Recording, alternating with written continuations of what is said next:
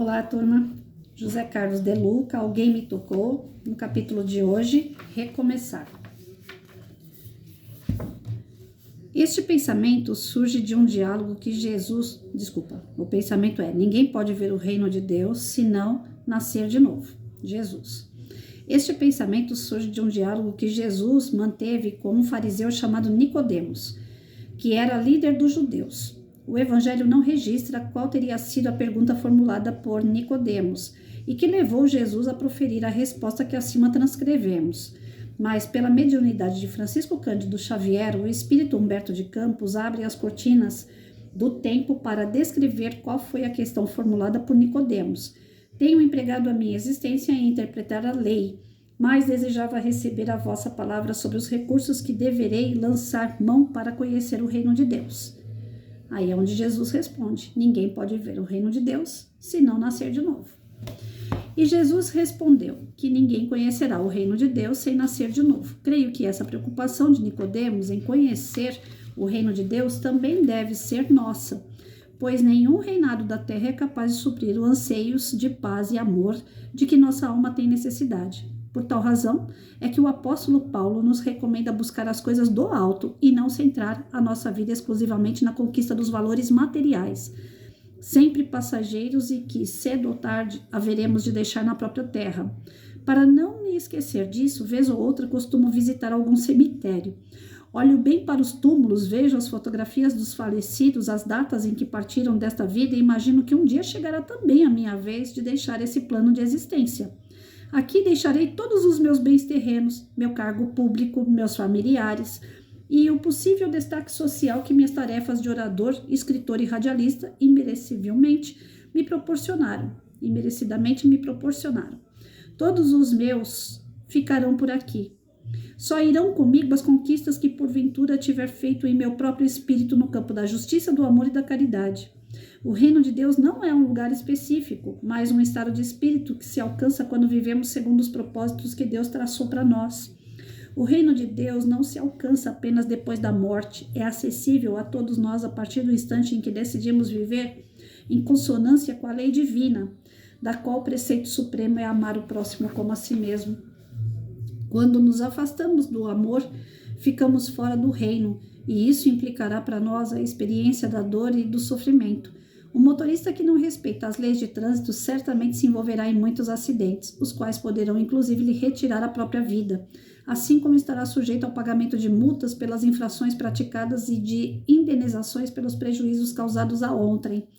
Da mesma forma, quando optamos por viver fora do reino de Deus, isto é, quando deliberadamente agimos contrariamente àquilo que Deus deseja para nós, fatalmente mergulharemos em problemas dos mais variados, pagando a multa do sofrimento e a indenização da infelicidade. Como pertencia ao grupo dos fariseus, Nicodemos era um homem de profundo conhecimento das práticas religiosas, porém ainda estava em busca do reino divino, o que nos permite concluir que ele, apesar de todo o conhecimento que possuía da lei divina, ainda não se apossara do reino. E isso certamente ocorria porque lhe faltava a vivência das leis de Deus, que ainda estavam apenas no campo das suas especulações intelectuais. Creio que todos nós somos um tanto parecidos com Nicodemos, pois, se ainda não ingressamos no reino de Deus, não é por falta de conhecimento das leis espirituais. Nem mesmo, às vezes, nos falta a prática de ritos religiosos nos templos de nossa fé. O que nos falta é viver a lei divina no âmbito dos nossos interesses pessoais e nos relacionamentos que nos cercam. Nem mesmo Jesus afirmou ter vindo para destruir a lei de Moisés ou os profetas. Ao contrário, ele declarou que veio para dar-lhe cumprimento. Jesus de Nazaré foi um profeta diferente de todos os demais, pois ele viveu tudo aquilo que os outros ensinaram. Respondendo à indagação de Nicodemos sobre o que deveria fazer para entrar no reino dos céus, Jesus afirma que era preciso ao homem nascer de novo. Do ponto de vista biológico, é impossível o homem nascer de novo na mesma existência. O próprio Nicodemos, tentando entender a resposta de Jesus, afirma que era impossível ao homem velho voltar para a barriga de sua mãe e nascer de novo.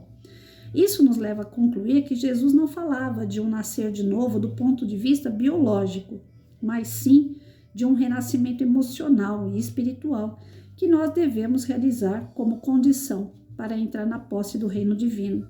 Está implícito no ensinamento do Mestre que esse ingresso no reino se faz de forma paulatina, progressiva, pois depende de um processo de nascer, morrer, nascer outra vez. A primeira parte desse processo é de ordem emocional e se estabelece na própria experiência física. Precisamos deixar morrer em nós todos os sentimentos negativos que estejam atravancando o nosso progresso.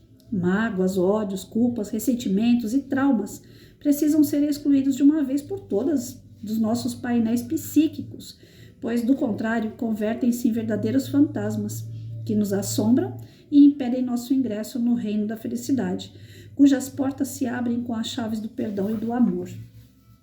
Viver com esses estados negativos da alma é negar o amor a si mesmo, e assim passaremos a viver no inferno que nós mesmos criamos. Acomodar-se nas experiências infelizes do passado gera estagnação e dor, porquanto somente a vida desfrutada no aqui e agora é capaz de nos propiciar uma vida feliz e saudável. Precisamos aprender a nascer de novo, a cada dia deixando para trás o que nos machucou e construindo no novo dia experiências felizes, como se a nossa vida estivesse nascendo naquele momento e se nos fosse possível começar tudo de novo. É mais do que certo, porém, que o progresso de ingresso no reino de Deus se assemelha a um certame com sucessivas etapas. É uma longa caminhada de ascensão, que não se faz da noite para o dia, embora não devamos utilizar esse argumento para viver passivamente sem o esforço da nossa iluminação. Jesus já estava na posse do reino celeste quando afirmou: "Eu e o Pai somos um". Isso quer dizer que Jesus era um iluminado, porque se identificava perfeitamente com a vontade de Deus. Por isso ele nos ensina na oração do Pai Nosso a pedir que seja feita a vontade de Deus em nossa vida, o que nos permite concluir que ainda resistimos a executar o plano que Deus tem para nós, pois na maioria das vezes queremos apenas fazer o que é da nossa vontade, a qual nem sempre coincide com a vontade de Deus. E quando os nossos desejos falam mais alto do que os desejos de Deus, tem em relação a nós o que ocorre quando o egoísmo grita mais alto do que a voz serena do amor? Entramos em rota de colisão com a felicidade que tanto almejamos e que somente pode ser alcançada dentro do perímetro comportamental que Deus traçou para os seus filhos. Mas como Deus é o Pai amoroso que jamais desiste de nós, nos concederá tantas experiências quantas forem necessárias para que possamos nascer de novo, até ingressarmos definitivamente em seu reino. E mesmo que tenhamos desperdiçado uma vida inteira em equívocos de toda ordem, haveremos de nascer de novo em outros corpos pelas portas da reencarnação. É o renascimento espiritual, vale dizer, é o nosso espírito renascendo em uma nova vida, com outro corpo físico, com a oportunidade de refazer escolhas, agora pautadas nos códigos divinos. A reencarnação é a prova de que Deus sempre nos perdoa nos enganos cometidos, pois nos propicia novas oportunidades de renascer em uma nova vida para refazer a experiência mal sucedida. Hoje estamos nesta nova vida e a prova disso é que Deus apagou de nossa mente as lembranças infelizes das existências passadas, para que tudo em nós se renove em atitudes de paz, amor e alegria. Jesus nos trouxe as ferramentas dessa transformação. Cabe a nós agora fazer o parto do nosso renascimento. Deixemos morrer em nós tudo aquilo que não sirva para o nosso crescimento, tudo aquilo que nos faz mal, nos causa lágrimas de dor e aflição. Vamos renascer para a vida que nos aguarda em novas chances de crescimento, alegria e amor e paz. Nascer de novo nos dá a ideia de que é preciso voltarmos a ser como criança, recuperando em nós mesmos os dons da alegria, espontaneidade, pureza de coração, ausência de julgamento, criatividade e capacidade de reconciliação, virtudes que as crianças têm de sobra. Afinal de contas, Jesus afirmou que o reino dos céus é das pessoas que são como as crianças. Voltaremos a ser crianças em uma próxima encarnação, reaprendendo a viver. Mas poderemos desde já alcançar o reino da luz se deixarmos nossa criança interior emergir da infância, dando nova vida ao homem que já se julga velho demais para recomeçar. Ó, gente, vamos lá. O vídeo já deu só de leitura 9 minutos. Essa parte do recomeçar eu acho muito importante, mas muito mesmo. Só que hoje eu tô um pouco sensível. Vamos lá. Como é que eu vou falar sem chorar? Senão vai ficar feio. Mas fica vermelho, o olho fica esbugalhado. Recomeçar. Meu Deus, a minha vida foi a vida inteira um recomeço. Essa encarnação foram feitas assim de capítulos, de abre e fecha capítulo até não querer mais. Uma história cheia de capítulos e que cada capítulo encerrava um ciclo. Eu não sei se vocês já tiveram esse tipo de experiência. A minha encarnação está sendo assim. Está sendo fechado ciclos. Eu sinto que tem coisas que eu estou encerrando para não voltar mais, né? Não que eu esteja me tornando grande coisa, não. Mas eu estou me sentindo um pouco melhor. Uma pessoa melhor, não é? No sentido espiritual. A Patrícia encarnada ainda é o bicho, né? Quando eu saio de mim assim, é complicado. Meu pau de macarrão tá lá guardado, emborrachado, que é para não deixar hematoma. Então, assim, a Patrícia, espírito, eu acho que ela tá se tornando melhor. Porque a cada ciclo eu consigo ter a compreensão do porquê que aquilo me aconteceu. Ontem eu escutei um amigo falando para mim assim: Patrícia, eu não consigo entender. Ele olhando umas fotos minhas que eu tenho aqui no painel e tal, ele falou assim: eu não consigo entender. Você é uma pessoa bonita, você é uma pessoa boa, e você não consegue encontrar uma pessoa que caminhe com você. Né? Ele é policial militar, meu marido era policial militar, os dois não chegaram a se conhecer. Mas família militar é uma só, graças ao bom Deus, são pessoas hiper do bem.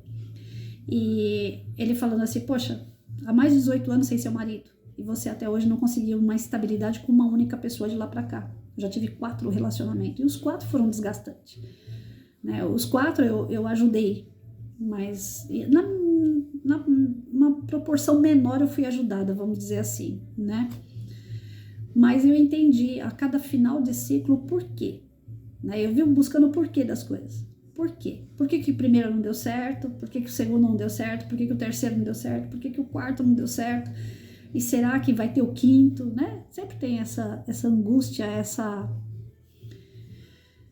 Bom, vamos lá. Cada ciclo, ele veio para me ensinar algo. Cada ciclo, eu precisava ter passado por aquilo, por um débito do passado. E como eu tenho débito, eu fui o bicho na outra encarnação. Eu vivo falando isso para vocês. Eu fui o bicho. Porque para cada um, eu tive um motivo de estar ali. O de ajudar aquela pessoa não foi à toa. São pessoas, são espíritos que já passaram por mim em outros momentos, em outras encarnações, e que certamente eu lesei. Então, quando eu fui lesada, a gente se coloca sempre naquele papel de vítima. Ai, mas eu fiz tudo pela pessoa. É a primeira coisa que passa pela cabeça da gente. Pô, eu fiz tudo pela pessoa e eu recebi o que em troca? Né? Ingratidão, falta de valorização. Mas aos olhos espirituais, tinha que acontecer. Eram débitos e tem que ser pago. E fecha aquele ciclo. É engraçado como o texto está falando, que os ciclos são fechados. Fecha. O primeiro, não sei por onde anda, não sei como é que tá. Poxa, como é que pode? Uma pessoa que eu dizia que gostava tanto, não sei por onde anda, não sei o que tá fazendo e não me interessa. O segundo, mesma coisa. Terceiro, mesma coisa. E o quarto tá indo pro mesmo espaço. Depois que a gente acertar o que a gente ainda tem para acertar, que é uma parte financeira, acabou. Não me interessa o que tá fazendo, se tá saindo, se tá com outras, não me interessa. É como se aquele amor todo, aquele carinho todo diluísse.